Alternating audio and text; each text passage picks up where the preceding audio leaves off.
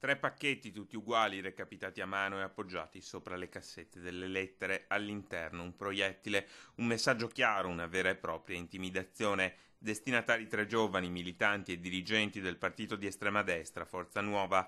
Un episodio secondo gli attivisti che hanno denunciato quanto avvenuto, che va messo in stretta relazione con le proteste di queste settimane in materia di immigrazione, prima su tutte quella di Quinto di Treviso. Noi abbiamo denunciato per primi qua in Veneto e comunque in tutta Italia il fatto del business dell'accoglienza e quindi denunciato le cooperative che ci guadagnano, tutti i partiti che loro stessi ci guadagnano dietro a questa cosa e insomma noi la vediamo più in questa chiave, questa intimidazione. Dalle tensioni di Quinto, quando 101 migranti sono stati destinati agli appartamenti sfitti, fino alle proteste di Rovigo e Verona, manifestazioni che secondo i vertici di Forza Nuova avrebbero fatto aumentare il consenso del partito tra la gente, ma che al tempo stesso avrebbero alimentato gli episodi di violenza nei loro confronti. Un'escalation è arrivata all'apice proprio la notte scorsa. Hanno trovato la scorsa mattina appoggiata sopra la cassetta delle lettere dei pacchetti contenenti appunto questi proiettili che poi sono stati portati ai carabinieri per la denuncia e spediti a Parma, ai RIS.